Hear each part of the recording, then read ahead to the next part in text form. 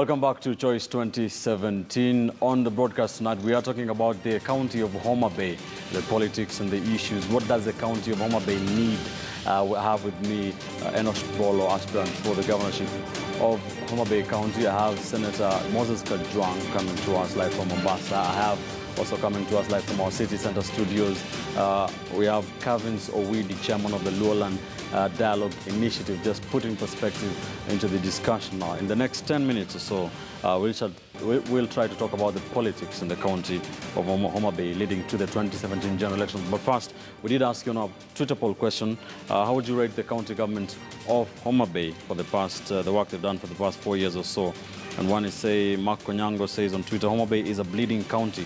Corruption has become the norm, very little from the politicians. One here from Samuel Odoye says the governor has done absolutely nothing and should go home in the earliest opportunity. One here, Bruce Kwome says, Owidi is never home. He walks from office to office here in Nairobi. I will ask him about that. One says, Mohammed Roma says, most corrupt county executive will never live to see. Another one here says, opinion leader HBC says, I confess Governor Owiti has failed to deliver on his mandate. Dennis Ocheng says, amejaribu sana, 7 out of 10. And lastly, one here from Jack Odhiambo says, I'm a resident of Homa Bay County. I can say the governor has failed terribly. Corruption, nepotism, name it. A lot of, not very many people upbeat about how the county government has performed. And Senator, coming to you, I didn't ask you this question. In about 30 seconds, how would you rate the county government? You're the person that is mandated by the Constitution to look out for the county of Homa Bay. How would you rate the county? Well, Ben, that's not a straight and fair question. My job is not to defend the county government. My job is to defend devolution and devolved governments. And I could tell you that Homa Bay County, just like many other counties, number one, it has to manage its wage bill, because its wage bill is prohibiting it from achieving the serious objectives that people want from it. Number two, it must manage issues of integrity. And number three, it must manage issues of competence. But it would be unfair and it would be sad for us to say that devolution has not brought any benefits to the people of Homa Bay. Right. Devolution has brought benefits.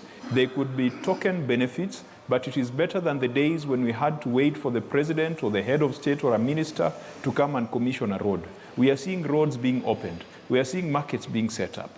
But in the midst of all this, we can do better.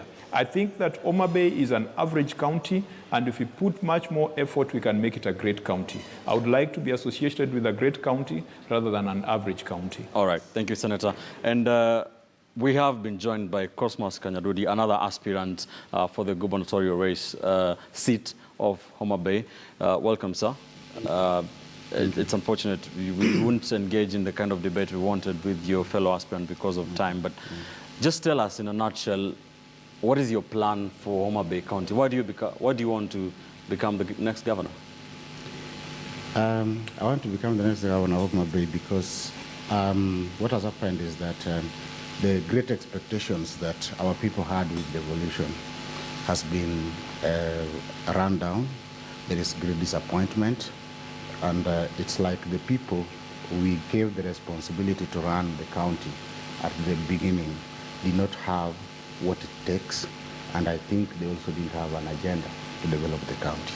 I have the capacity, I have the necessary skills, I have the experience that is necessary, that is required for this position. And I think Bolo here has told us his agenda. Do you have an agenda? Who? Bolo has told us his agenda for Homa Bay. Do you have an agenda? Yes. What's your agenda? My agenda first is to create employment for young people, because we have many people in Homa Bay who do not have sources of income, adequate and regular source of income. And this is the challenge that we have. So many young people, they become adults without getting sources of livelihood, and this is a challenge that we have. So my first priority, employment for young people. Second is healthcare.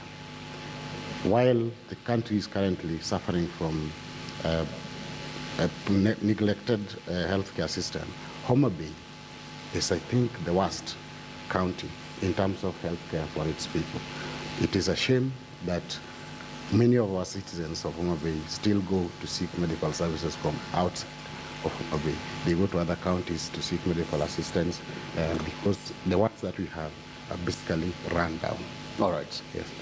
Bolo, Yes. What would you want to be your legacy if you're elected 2017 by 2022? What would you like to be your legacy for the people of Homa Bay? My legacy actually is anchored on a statement, and I quote, J.F. Kennedy, the former president of the US, says, "If a society cannot save the many who are very poor, it cannot save the few who are very rich."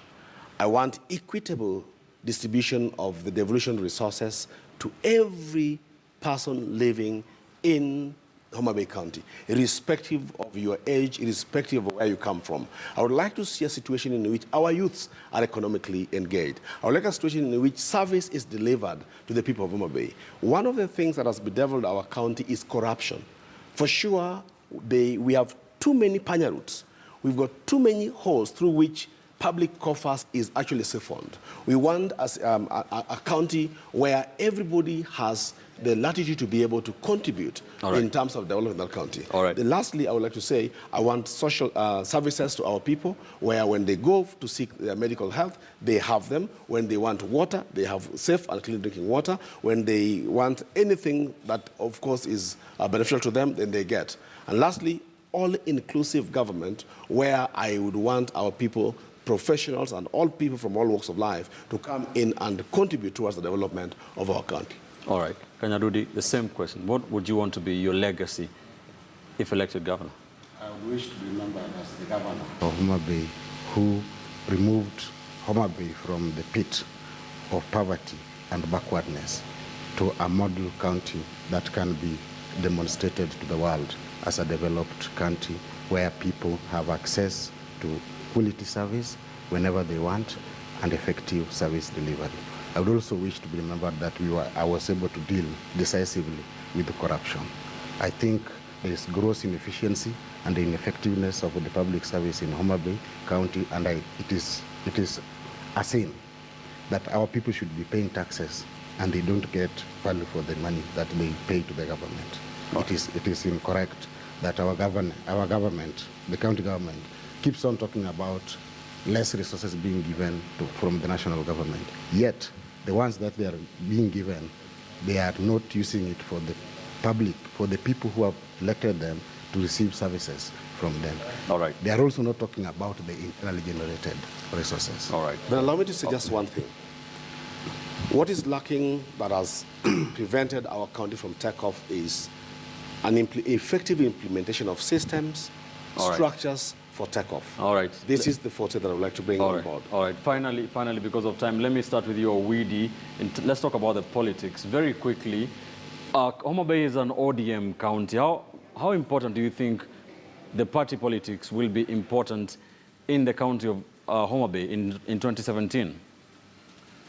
You will notice that Homa Bay is the only county in Luo Nyanza where seats above MCA all went to ODM 100%.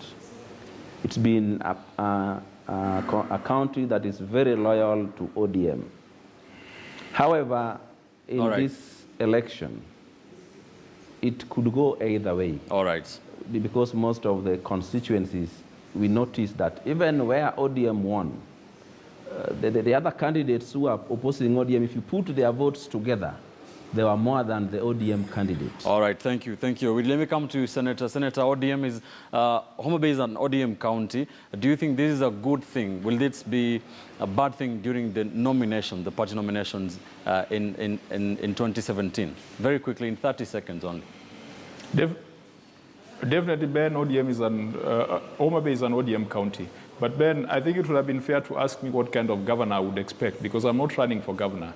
And what I don't hear is the plan from our gubernatorial aspirants on health. And health is not just HIV.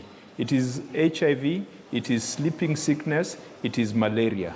I'm not hearing proposals on agriculture. All right. I'm not hearing about cotton, pyrethrum, potatoes and All right. pineapples. I think that would be the much more substantive discussion that we would have so that we can be able to cast and decide who has the better proposal for Homa Bay County. All right. Thank you, Senator. Thank you, Senator. In 30 seconds for each one of you, very strictly, Senator there putting a challenge to you. He's not hearing what needs to be heard. Let me 30 assure, seconds. this, What do you let tell me assure people, the Homa? senator that I have what I call a blueprint that I have developed that talks about every opportunity in terms of what can economically be viable in Homa Bay. One of them is the agro-industries in terms of food processing. One of them, the pineapple value addition in Rangwe. We have the leveraging the lake in terms of fish and fish processing.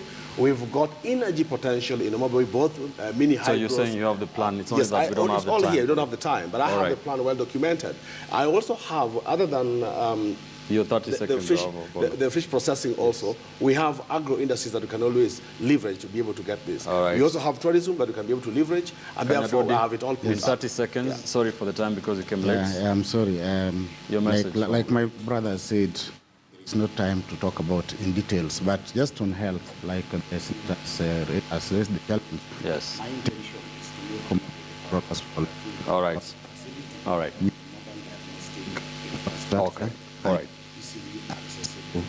Medicine. Thank you, sir. Thank you, sir. Everybody can access Cosmos them. Kanyadudi and Enosh Bolo, aspirants for the Homa Bay gubernatorial position in 2017. Also had Kavins Owidi, chair of the Luo Land Dialogue Initiative, coming to us live from our cities and the studios, as well as Senator Moses Kajwang, just trying to put perspective in the best way we can in the 45 minutes we had on the Homa Bay County. What do people of Homa Bay County need? Where do they stand in terms of going into the next general election? Many thanks for watching Choice 2017. Keep the conversation ongoing on Twitter at Ben_Kitili, at KTN News. The hashtag is Choice 2017. Be sure to join us every Monday night from 8 p.m. to 9 p.m. as we put perspective on the whole country in the run-up to the 2017 general election. Thanks for watching. I'm Ben Kitili. Good night from Nairobi.